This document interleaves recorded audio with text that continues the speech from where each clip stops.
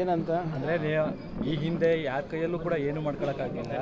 ನೋಡಿ ಒಂದು ನಿಮಿಷ, first of all C T Ravi ಅವರಿಗೆ RSS ಅವರ ಇತಿಹಾಸ ಗೊತ್ತಿಲ್ಲ ಅನಿಸುತ್ತೆ.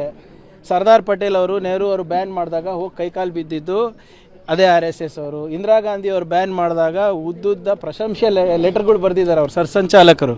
ಓದಕ್ಕೆ ಕೇಳ್ರಿ ಅವರಿಗೆ ಇತಿಹಾಸ ಮೊದಲನೇದು. ಆಮೇಲೆ ರಿಜಿಸ್ಟ್ರೇಷನ್ ಮಾಡ್ಕೊಳ್ಳಿ ಅಂದರೆ ಯಾಕೆ ಅಷ್ಟು ಭಯ ಅವರಿಗೆ? RSSಗೆ ರಿಜಿಸ್ಟರ್ ಮಾಡ್ಕೊಳ್ಳಿ ಅಂದರೆ ಇವ್ರು ಯಾಕೆ ಉತ್ತರ ಕೊಡ್ತಾ ಇದ್ದಾರೆ?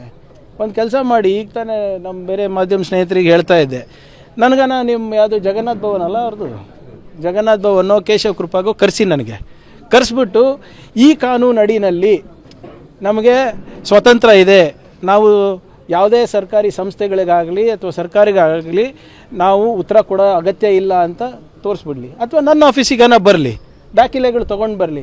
ನೋಡಿ ಸರ್, ಈ ಕಾನೂನು ಅಡಿನಲ್ಲಿ ನಮಗೆ ಯಾವುದೇ ನಮ್ಗೆ ಯಾವುದೇ ಸಂವಿಧಾನ ಲಾಗೂ ಆಗೋದಿಲ್ಲ, ನಮ್ಗೆ ಯಾವುದೇ ಕಾನೂನು ಲಾಗೂ ಆಗೋದಿಲ್ಲ ಅಂತ ನನ್ನ ಆಫೀಸಿಗನ ಬಂದು ಹೇಳಿ, ಇವ್ಯಾಲ್ಯೂಯೇಟ್ ಮಾಡ್ತೀನಿ. ತಪ್ಪಿದ್ರೆ ನಾನೇ ಕ್ಷಮೆ ಕೇಳ್ತೀನಿ, ಇಲ್ಲದ್ರೆ ಅವ್ರು ತಿದ್ಕೊಳಕ್ಕೆ ಹೇಳಿ. ಸಿಂಪಲ್ ಥಿಂಗ್ ಸರ್, ಯಾವ ದೇಶದಲ್ಲಿ ಒಬ್ಬ ಬೀದಿ ವ್ಯಾಪಾರ ರಿಜಿಸ್ಟರ್ ಆಗಬೇಕು, ಹೌದಾ ಇಲ್ಲ? ಬೀದಿ ವ್ಯಾಪಾರಿಗಳು ರಿಜಿಸ್ಟರ್ ಆಗಬೇಕು.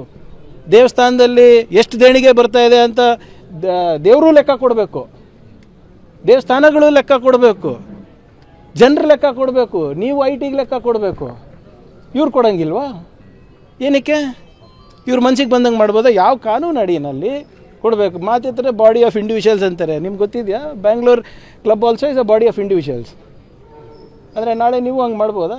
ಸೇಮ್ ಫಾರ್ಮ್ಯಾಟ್ನಲ್ಲಿ ನೀವು ನಾಳೆ ಒಂದು ಸಂಘಟನೆ ತೆಗೆದುಬಿಟ್ಟು ನೀವು ಹೀಗೆ ದೇಣಿಗೆ ಇಸ್ಕೊಳೋದಾಗಲಿ ಅಥವಾ ಕಾನೂನು ಉಲ್ಲಂಘನೆ ಮಾಡಿಬಿಟ್ಟು ಬೆಂಗಳೂರಿನಲ್ಲಿ ಪಥಸಂಚಲನ ಮಾಡೋದಾಗಲಿ ಮಾಡ್ಬೋದಾ ಸರ್?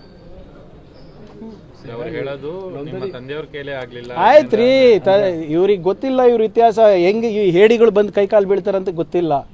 ನಾನು ಬರ್ದಿರೋ ಇತಿಹಾಸ ಅಲ್ಲ, ಅವ್ರ ಆರ್ಗನೈಸರ್ ಪುಸ್ತಕ ಓದಲಿ ಸರ್, ಅವ್ರ ಮ್ಯಾಗ್ಝಿನ್ ಇದೆ ಆರ್ಗನೈಸರ್ ಅಂತ. ಹೋಗ್ಬಿಟ್ಟು ಯಾವ ರೀತಿ ಸರ್ದಾರ್ ಪಟೇಲ್ ಅವರಿಗೆ ಕೈಕಾಲು ಬಿದ್ದಿದ್ದಾರೆ, ವೀರ್ ಸಾವರ್ಕರ್ ಯಾವ ರೀತಿ ಪೆನ್ಷನ್ ತೊಗೊತಾ ಇದ್ರು ಸರ್, 60 ರೂಪಾಯಿ ಪೆನ್ಷನ್ ತೊಗೊತಾ ಇದ್ರು ವೀರ್ ಸಾವರ್ಕರ್ ಬ್ರಿಟಿಷರ ಹತ್ರ, ಗೊತ್ತಾ? ಇವ್ರ ಇತಿಹಾಸ ಅದು. ಇಂದಿರಾ ಗಾಂಧಿಗೆ ಪತ್ರ ಬರೆದಿದ್ರು ಸರ್, ಅವರ ಹಿಂದಿನ ಸರ್ಸಂಚಾಲಕರು, ಎಮರ್ಜೆನ್ಸಿ ದೇಶಕ್ಕೆ ಭಾಳ ಅಗತ್ಯ ಅಂತ. ಇವತ್ತು ನೋಡಿದ್ರೆ ಹಿಂಗೆ ಮಾತಾಡ್ತಾರೆ. ಅವ್ರ ಇತಿಹಾಸ